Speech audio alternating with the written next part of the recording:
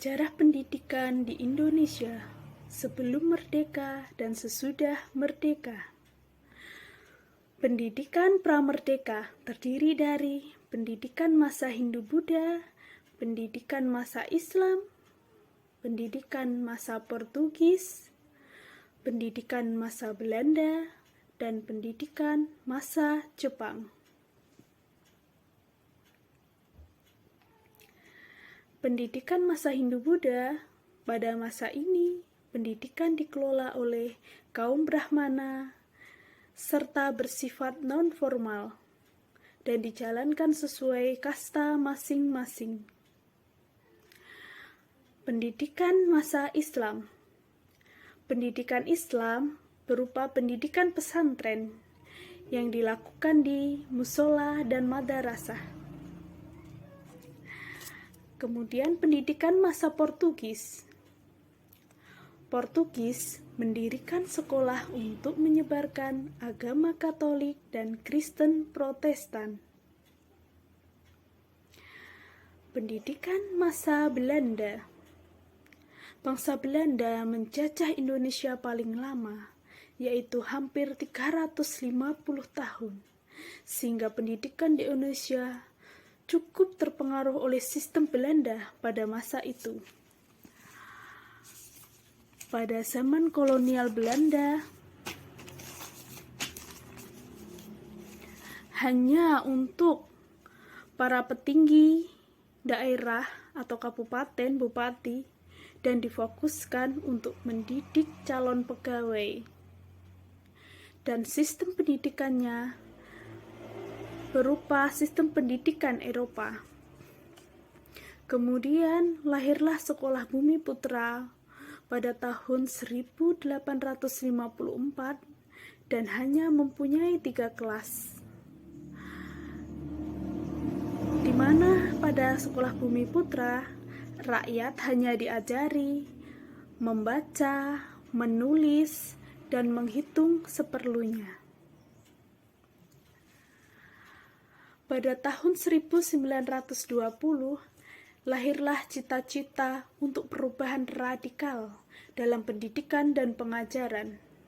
Pada tahun 1922, Taman Siswa lahir sebagai gerbang emas kemerdekaan dan kebebasan kebudayaan bangsa yang didirikan oleh Ki Hajar Dewantara, di mana pendidikan Taman Siswa mengutamakan keselamatan dan kebahagiaan setinggi-tingginya manusia agar dapat membaur dengan masyarakat dan berbudaya luhur. Pendidikan masa Jepang. Jepang mendirikan sekolah rakyat 6 tahun yang diberi nama Kokumin Goju. Kemudian sekolah menengah 3 tahun yang diberi nama Chugakko untuk siswa laki-laki, dan untuk sekolah perempuan diberi nama Shugakko. Dan banyak sekolah kejuruan untuk mempersiapkan tenaga ahli baik di bidang kesehatan, pendidikan, dan lain sebagainya.